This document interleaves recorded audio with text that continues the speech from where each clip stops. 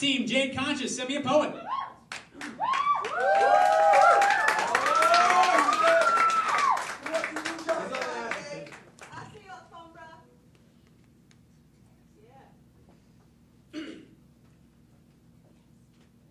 If I could challenge cancer to a game of chess, I'd play for my Aunt Peggy's life. I've never been much for sports, so I challenge him to chess because after seeing what he did to my aunt, I know he's a sucker for taking queens out too early.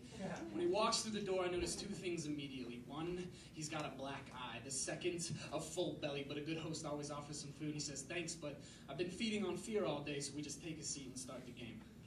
And it's questionably quiet. The sight of his good eye knocks the wind out of me. I try and steal it back, but he's breathing too deeply, and then just to show off, he French inhales every scream he's ever stolen. Tell me, he says airily, what distinguished your Aunt Peggy from the rest of them? Would I remember her?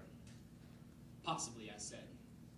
She was a simple woman, but, for example, her laughter had the shelf life for 2 years in running. I swear I can still hear it sometimes. It was so big that it stuck bouncing in between my eardrums so that when I close my eyes at night, I can't help but dream about it.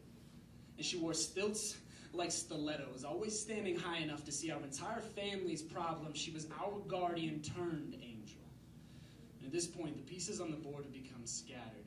I reach for her husband, and Cancer says, whoa, whoa, do you think you want to be moving your king out? And I say, for your sake, Cancer, I hope you never meet my Uncle Tim. And then I moved her king to be for the funeral, to a road trip that only two lovers exhausted with the idea of happily ever after could muster, to a time when my Aunt Peggy challenged America's recipe for false hope instructions. If chemotherapy does not yield desired results, repeat process until pharmaceutical fat cats get fatter instead.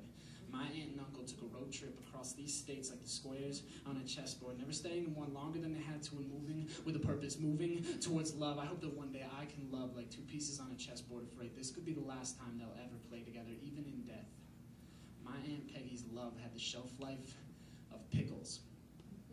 Now that is to say that on average, pickles can stay fresh anywhere from 2 to 5 years after being jarred. About a year and a half ago, after my Aunt Peggy was diagnosed for the second time, she began jarring her love and dispersing it amongst our family. Can you imagine the poetry of a mummy giving away the most important part of itself in jars? She preserved her personality individually. And of those 9 jars of pickles that I still have in my undercupboard, no 2 taste the same because she had so many stories to tell. For example, my favorite days were the days when my Aunt Peggy was feeling just a little bit spicy.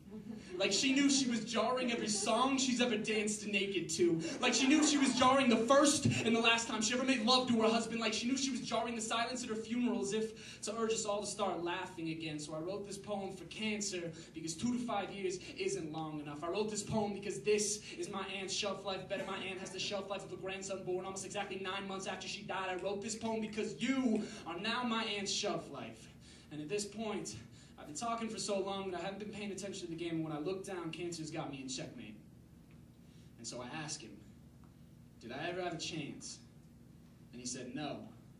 But for what it's worth, your aunt had one hell of a right hook.